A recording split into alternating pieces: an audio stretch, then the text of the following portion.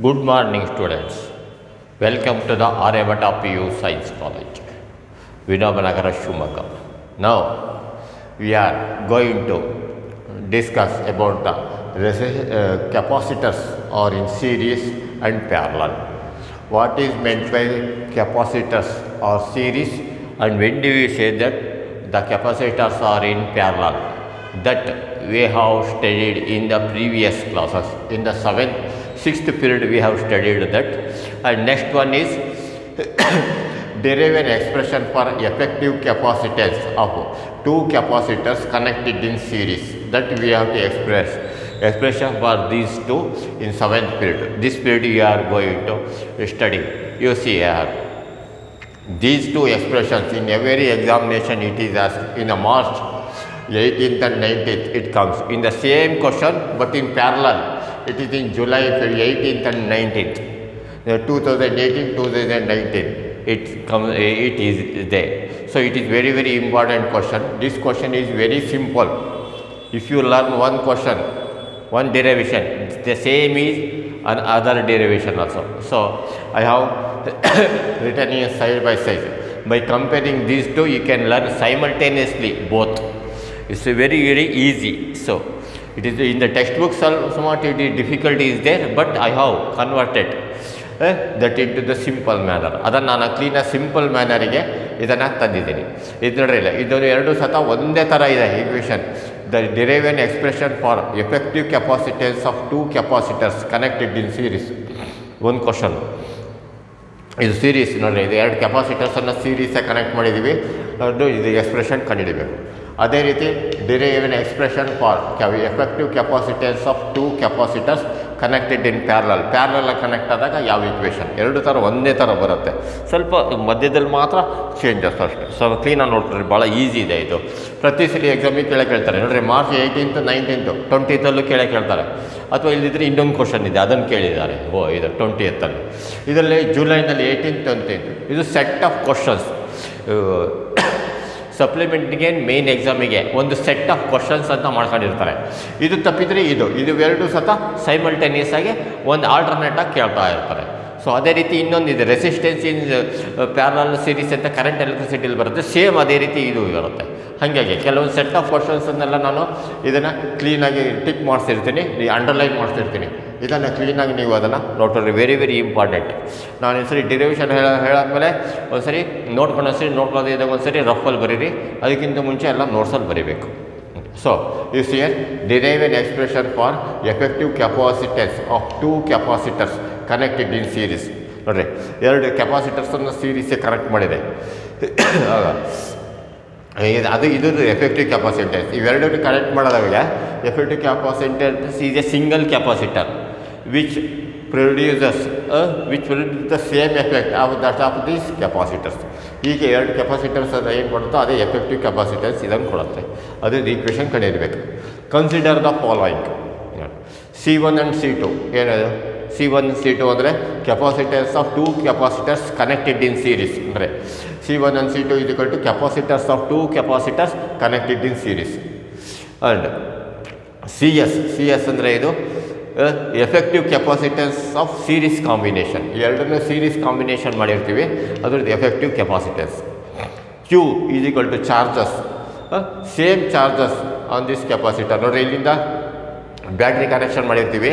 ಇಲ್ಲಿಂದ ಪಾಸಿಟಿವ್ ಅಂದರೆ ಇದು ಇಲ್ಲೇನಿದೆಯೋ ಚಾರ್ಜಸ್, ಇಲ್ಲೂ ಅಷ್ಟೇ ಚಾರ್ಜಸ್, ಇಲ್ಲಿ ಇದೆಯೋ ಅದು ಅಷ್ಟೇ.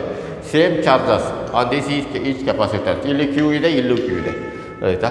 Same charges on two capacitors. V1 is equal to ಇಲ್ಲಿಂದ ಇಲ್ಲಿಗೆ V1 ಪೊಟೆನ್ಷಿಯಲ್, ಇಲ್ಲಿಂದ ಇಲ್ಲಿಗೆ V2 potential. V1 is equal to potential difference across C1 capacitor. V2 is equal to potential difference across C2 capacitor.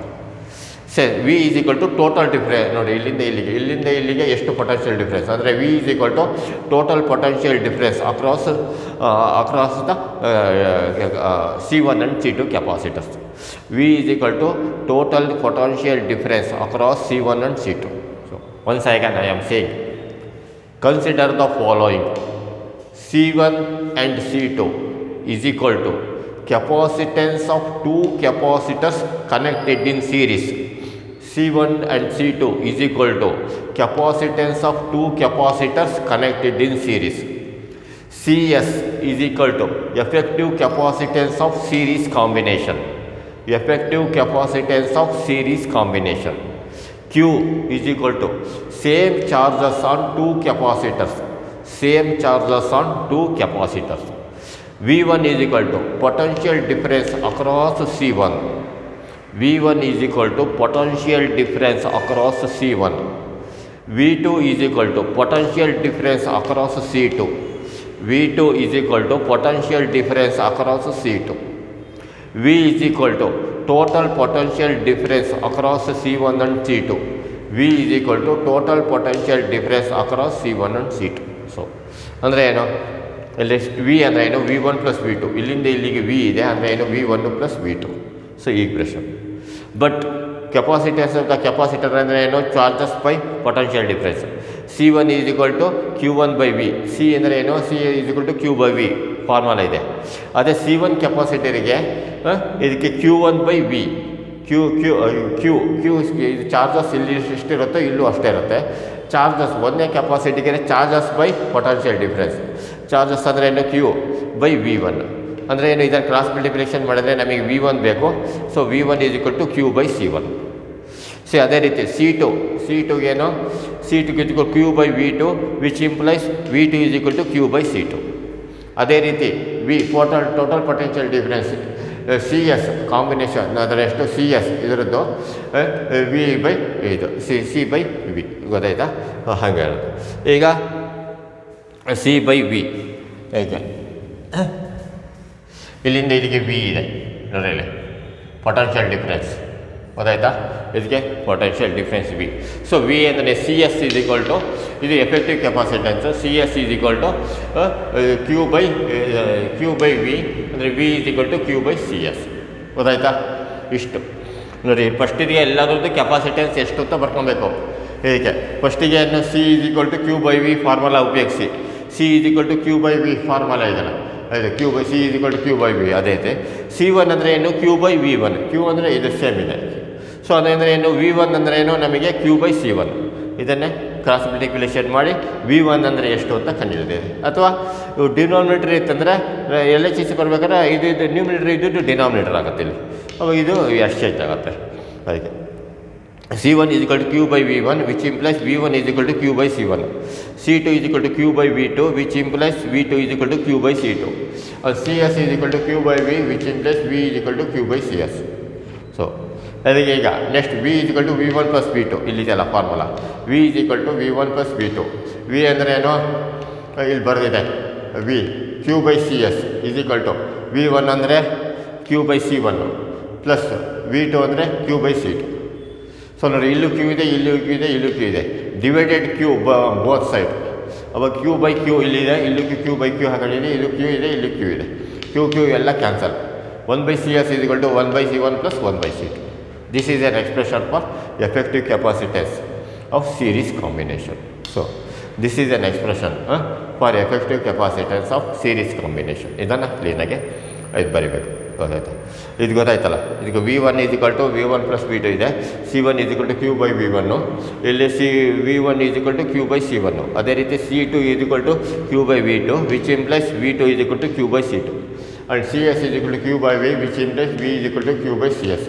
So V is equal to V1 plus V2. So ಅಂದರೆ ಏನು Q/CS is equal to Q/C1 plus Q/C2 divided by Q both side. So Q/CS is equal to ಅಂದರೆ ಎಲ್ಲ ಕಡೆ Qನ divide ಮಾಡಿದೆ. So ಅದಾಗತ್ತಂದ್ರೆ 1/CS is equal to 1/C1 plus 1/C2. This is an expression for series combination. Same ಇವೆರಡು ಸತ ಒಂದೇ ಥರ ಇದೆ. ಎಕ್ಸಾಮ್ ನೋಡ್ರಿ ಎಲ್ಲ ಸೇಮ್ ಒಂದೇ. ಇಲ್ಲಿ ಮಾತ್ರ ಚೇಂಜ್ ಆಗುತ್ತೆ. ಗೊತ್ತಾಯ್ತಾ? ಇಲ್ಲಿ V ಇಂದ ಡಿವೈಡ್ ಮಾಡ್ತೀವಿ, ಅಲ್ಲಿ Q ಇಂದ ಡಿವೈಡ್ ಮಾಡ್ತೀವಿ. ಗೊತ್ತಾಯ್ತಾ? ಇಲ್ಲಿ Q is equal to Q1 plus Q2, ಅಲ್ಲಿ V is equal to V1 plus V2 ಅಷ್ಟೇ ತಗೊಳ್ಳೋದು. ಗೊತ್ತಾಯ್ತಾ? ಸೊ ಇದನ್ನು ಕ್ಲೀನಾಗಿ ಬರ್ತಾರೆ. Next derive an expression for effective capacitance of two capacitors connected in parallel. ಆಯಿತಾ? ಈ ಪ್ಯಾರಲಲ್ಲ ಮಾಡಿದೆ. ಸೇಮ್ ಅದಕ್ಕೆ C1 ಇದೆ, C2 ಇದೆ, ಪ್ಯಾರಲಲ್ ಆಗಿ ಇದನ್ನು ತಗೊಂಡಿದೆ. ಇಲ್ಲಿ ಪೊಟೆನ್ಷಿಯಲ್ ಡಿಫರೆನ್ಸಲ್ಲಿ ಈಕ್ವಲ್ ಇದೆ. ಇಲ್ಲಿ ಏನಾಗುತ್ತೆ ಅಂದರೆ ಚಾರ್ಜಸ್ಸು ಸೇಮ್ ಹೋಗ್ತಿತ್ತು, ಪೊಟೆನ್ಷಿಯಲ್ ಡಿಫ್ರೆಂಟ್ ಇದೆ. ಇಲ್ಲಿ ಚಾರ್ಜಸ್ಸು ಡಿವೈಡ್ ಆಗುತ್ತೆ. ಇಲ್ಲಿ C1 C2 ಮೇಲೆ ಪೊಟೆನ್ಷಿಯಲ್ ಡಿಫ್ರೆನ್ಸ್ ಸೇಮ್ ಇರುತ್ತೆ.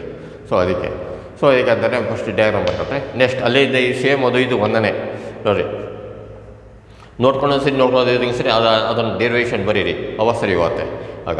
Next consider the following, same ಅಲ್ಲಿ ಇತ್ತಲ್ಲ C1 and C2 is equal to capacitance of two capacitors connected in parallel. CP is equal to effective capacitance of parallel combination. ಇಲ್ಲಿ effective capacitance of series combination ಇತ್ತು, ಇಲ್ಲಿ parallel combination. V is equal to same potential difference on the two capacitors. ಇಲ್ಲಿ ಏನಾಗುತ್ತೆ Q is equal to same charges on the two capacitors. ಇಲ್ಲಿ same potential difference on two capacitors. Potential difference ಎರಡಕ್ಕೂ ಸಹ ಒಂದೇ potential difference. Q1 is equal to charges on C1. ಅಲ್ಲಿ ಏನಾಗಿತ್ತು V1 is equal to potential difference ಆಕಾರ C1 ಇತ್ತು, ಇಲ್ಲಿ Q1 is equal to charges on C1, Q2 is equal to charges on C2. ನೋಡಿ ಇಲ್ಲಿ Q1 ಇಲ್ಲಿ Q2 ಇಲ್ಲಿ ಬರ್ತಿದ್ದಂಗೆ ಎರಡು ಡಿವೈಡ್ ಆಗುತ್ತೆ, ಗೊತ್ತಾಯ್ತಾ? Q1 Q2 charge. Q is equal to total charges on C1 and C2. ಅಲ್ಲಿ V is equal to total potential difference across C1 and C2 ಇತ್ತು. Next ಇಲ್ಲಿ Q is equal to Q1 plus Q2 ನಾವು ಮಾಡ್ಕೊಂಡ್ರಿ. Q is equal to Q1 plus Q2. ಇಲ್ಲಿಂದ Q ಅನ್ನೋದು ಹೋಗಿರುತ್ತೆ, ಇಲ್ಲಿಂದ charges ಇಲ್ಲಿಂದ ಹೋದಾಗ ಇಲ್ಲಿ Q ಇದು Q is equal to Q1 plus Q2 ಎರಡು ಸತ ಡಿವೈಡ್ ಆಗುತ್ತೆ. ಸೊ Q1 ಅಂದರೆ ಈಗ but C is equal to Q by V formula same ಅದು ಇದು ಒಂದನೇ. C is equal to Q by V ಇದೆ, ಅಲ್ಲಿ Q1 by V, ಅಲ್ಲಿ ಪೊಟೆನ್ಷಿಯಲ್ ಡಿಫರೆನ್ಸ್ ಸೇಮ್ ಇದೆ, ಹಾಗಾಗಿ ಬರೀ V ಬರುತ್ತೆ. ಅಲ್ಲಿ Q by V1 ಇತ್ತು, ಇಲ್ಲಿ Q1 by V ಎರಡು ಸ್ವಲ್ಪ ರಿವರ್ಸ್ ಆಗಿದೆ. Q1 C1 is equal to Q1 by V which implies Q1 is equal to V into C1 cross multiplication ಮಾಡಿದೆ, V into C1. ಅದೇ ರೀತಿ C2 is equal to Q2 by V which implies Q2 is equal to V into C2. ಅದೇ ರೀತಿ CP is equal to parallel combination effective capacitance, CP is equal to Q by V which implies Q is equal to V into CP. So therefore Q is equal to Q1 plus Q2 formula ಹಾಕೊಂಡು. Q ಅಂದರೆ ಏನು CP, V into CP is equal to Q1 ಅಂದರೆ V into C1 plus Q2 ಅಂದರೆ V into C2. So divided by V both side. V into CP by V ಇದೆ, ಇಲ್ಲೂ ಸಹ divided by V, ಇಲ್ಲೂ divided by V cancel. CP is equal to C1 plus C2. So this is an expression for parallel combination. So very important ಇದು, ಇದನ್ನು ಕ್ಲೀನಾಗಿ ಬರ್ಕಟ್ಟೆ ನೋಡ್ಕೊಂಡು ಸರಿ ನೋಡ್ಕೊಳ್ಳೋದಾಗ ಒಂದು ಸರಿ ಬರೀ. ಸೊ ಇದಕ್ಕೆ ಹೇಳ್ತಾನಲ್ಲ ಇಲ್ಲಿ ಸೇಮ್ ಇದರಿಂದ ಇಲ್ಲಿವರೆಗಿದೆ. Q ಅಂದರೆ ಇಲ್ಲಿ Q is equal to Q1 plus Q2, ಯಾಕಂದರೆ ಟೋಟಲ್ ಚಾರ್ಜಸ್ ಇಲ್ಲಿದೆ, ಎರಡು ಡಿವೈಡ್ ಆಗುತ್ತೆ. ಅದನ್ನು Q is equal to Q1 plus Q2 ಬರ್ಕೋಬೇಕು. ಇಲ್ಲಿ ಪೊಟೆನ್ಷಿಯಲ್ ಡಿಫರೆನ್ಸ್ ಇದೆಯಲ್ಲ V1 V2ಗೆ ಡಿವೈಡ್ ಆಗುತ್ತೆ, ಆವಾಗ V is equal to V1 plus V2 ಬರ್ಕೋಬೇಕು. ಆಮೇಲೆ ಸೇಮ್ ಫಾರ್ಮುಲಾ ಇದಕ್ಕೆ Q1 Q2, ಅವಾಗ C is equal to Q1 by V, ಇಲ್ಲೂ Q1 ಇದೆಯಲ್ಲ ಅದಕ್ಕೆ Q1 by V which implies Q1 is equal to VC1. ಅದೇ C2 is equal to Q2 by V which implies Q2 is equal to VC2. ನೋಡಿರಿ Q1 ಸಿಕ್ತು, Q2 ಸಿಕ್ತು, ಆಮೇಲೆ Q1 ಸಿಗಬೇಕು. CP is equal to Q by V which implies Q is equal to VCP. So Q is equal to Q1 plus Q2 formula ಕಟ್ಟಿ Qಗೆ Q1 Q2ಗೆ substitute ಮಾಡಬೇಕು. ಈಗ VCP is equal to VC1 plus VC2 divided by V both side, ಎರಡು divide ಆಗುತ್ತೆ. ಇದಕ್ಕೆ ಇದಕ್ಕೆ ಎಲ್ಲದಕ್ಕೂ divide ಮಾಡ್ತಾ ಬಂದಿದೆ. CP ಎಲ್ಲ V ಕ್ಯಾನ್ಸಲ್ ಆಯಿತು. So CP is equal to C1 plus C2.